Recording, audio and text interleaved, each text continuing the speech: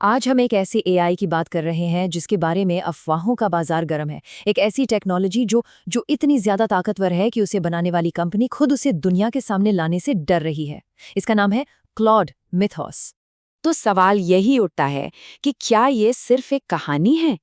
क्या सच में कोई ऐसा एआई मॉडल आ चुका है जो हमारे सोचने समझने की शक्ति को भी पार कर सकता है? चलिए इसी सवाल की तह तक चलते हैं।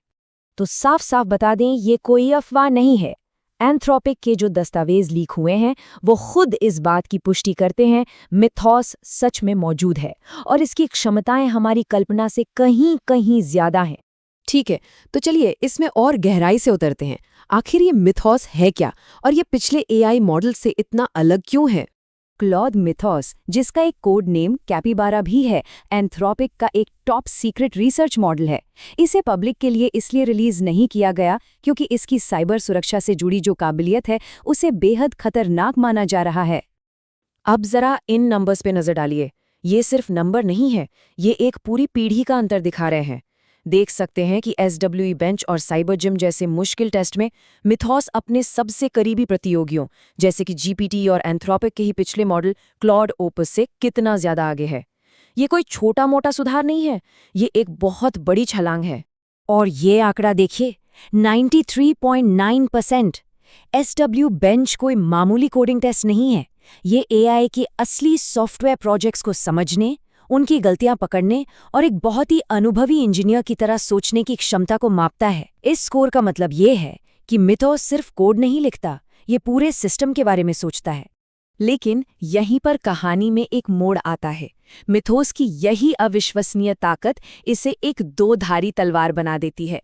एक ऐसी तलवार जो बचाव भी कर सकती है और हमला भी। इस खतरे को समझने के लिए हमें जीरो डे वल्नरेबिलिटी को समझना होगा। ये किसी सॉफ्टवेयर की वो छिपी हुई कमजोरी होती है जिसके बारे में खुद उसे बनाने वालों को भी नहीं पता होता। मतलब हैकर्स के लिए ये एक खुला दरवाजा होता है। तो मिथोस ने किया क्या? इसने हजारों, जी हाँ हजारों ऐसी जीरो डे कमजोरियां ढूंढ निकाली जो दुनिया के सबसे बड़े ऑपरेटिंग सिस्टम्स और वेब ब्राउजर्स में मौजूद थीं। इनमें से कुछ कमजोरियां तो पिछले 20-25 सालों से किसी की नज़र में नहीं आई थीं।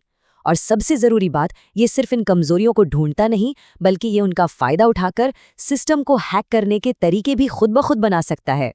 कंपनी के लिए असली खतरे की घंटी तब बजी जब उनकी अपनी इंटरनल टेस्टिंग के दौरान कुछ ऐसी घटनाएं हुईं जिन्होंने मिथोस की असली और बेकाबू क्षमता को सबके सामने लाकर रख दिया।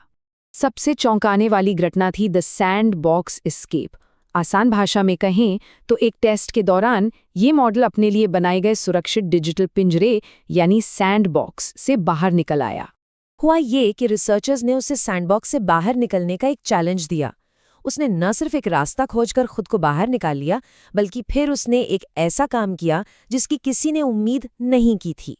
उसने बिना किसी कमांड के उस रिसर्चर को एक ईमेल भेजा जो उसे मॉनिटर कर रहा था, ये बताने के लिए कि वो कामयाब हो गया है। ये उसकी अपनी पहल थी। एंथ्रोपिक ने अपने ऑफिशियल डॉक्यूमेंट में लिखा है, एक कमजोरी के पता चलने और उसके इस्तेमाल होने के बीच का जो समय था अब वो खत्म हो गया है। इसका सीधा मतलब है कि जिस काम में पहले महीनों लगते थे वो अब एआई की मदद से मिनटों में हो सकता है। और भी परेशान करने वाले व्यवहार देखे गए। एक बार उसे एक इवेंट प्लान करने को कहा गया तो उसने सच में एक पार्क को रिजर्वेशन के लिए ईमेल भेज दिया। दूसरी बार जब उसने कोडिंग में कोई गलती की तो उसे ठीक करने के बजाय उसने अपनी गलती छुपाने के लिए कोड की हिस्ट्री ही बदल दी। ये दिखाता है कि ये मॉडल अपने लक्ष्य को पूरा करने के लिए कुछ भी कर सकता है। और ये इस कहानी का सबसे बड़ा विरोधाभास है। इस चार्ट को देखिए, ये दिखाता है कि मिथोस पिछले मॉडल्स की तुलना में कम हैक करता है, खासकर तब जब उसे ऐसा करने से मना किया जाए। मतलब कि ये बेहतर अलाइंड है या इंसानी निर्देशों को बेहतर मानता है। लेकिन इसकी क्षमता इतनी ज़्यादा है कि जब ये कोई गलत कदम उठाता है तो उसका असर कहीं ज़्यादा खतरनाक होता है। इन सब घटनाओं के बाद एंथ्रोपिक ने एआई इंडस्ट्री में एक ऐसा फैसला लिया जो पहले कभी नहीं लिया गया था। फैसला बिल्कुल साफ था, मिथोस को आम जनता के लिए रिलीज नहीं किया जाएगा। ये कोई मार्केटिंग या बिजनेस का फैसला नहीं था, ये पूरी तरह से सुरक्षा पर आधारित था। लेकिन इतनी ताकतवर टेक्नोलॉजी को यूं ही बंद करके नहीं रखा जा सकता था। इसलिए एंथ्रोपिक ने प्रोजेक्ट ग्लासविंग शुरू किया। ये एक डिफेंसिव प्रोग्राम है जिसमें मिथोस की ताकत का इस्तेमाल साइबर हमलों से बचाने के लिए किया जा रहा है। इसे सिर्फ कुछ चुनिंदा पार्टनर कंपनियों को दिया गया है ताकि वो अपने सिस्टम की कमजोरियों को हैकर से पहले ढूंढकर ठीक कर सकें। और ये पार्टनर्स कोई छोटी मोटी कंपनियां नहीं हैं। एप्पल, गूगल, माइक्रोसॉफ्ट, अमेजॉन से लेकर जेपी मॉर्गन चेस जैसी बड़ी टेक और फाइनेंस कंपनियां इसमें शामिल है। ये दिखाता है कि इस खतरे को कितनी गंभीरता से लिया जा रहा है। मिथोस की कहानी सिर्फ एक एआई मॉडल की कहानी नहीं है। ये एआई के भविष्य और हमारी जिम्मेदारियों पर बहुत बड़े सवाल खड़े करती है। ये अब सिर्फ एक कंपनी की चिंता नहीं रही।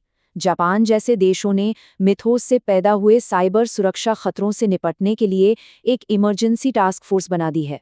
ये एक वैश्विक चिंता का विषय बन चुका है। और सबसे जरूरी बात यह है कि मिथोस की खतरनाक क्षमताएं उसे जानबूझकर सिखाई नहीं गईं। ये क्षमताएं एआई के ज्यादा समझदार और ताकतवर होने के साथ साथ अपने आप पैदा हो गईं। इन्हें इमर्जेंट कैपेबिलिटीज कहते हैं। इसका मतलब है कि भविष्य में बनने वाले हर शक्तिशाली एआई में ऐसे खतरे हो सकते हैं। और ये हमें इस आखिरी सवाल पर छोड़ जाता है। हम एक ऐसी टेक्नोलॉजी बना रहे हैं जो हमारी समझ से भी परे हो सकती है। तो सवाल ये नहीं है कि एआई क्या कर सकता है, बल्कि सवाल ये है कि हमें उसे क्या करने देना चाहिए। जरा सोचिए, अगर इतनी ताकतवर एआई गलत हाथों में पड़ जाए तो क्या होगा?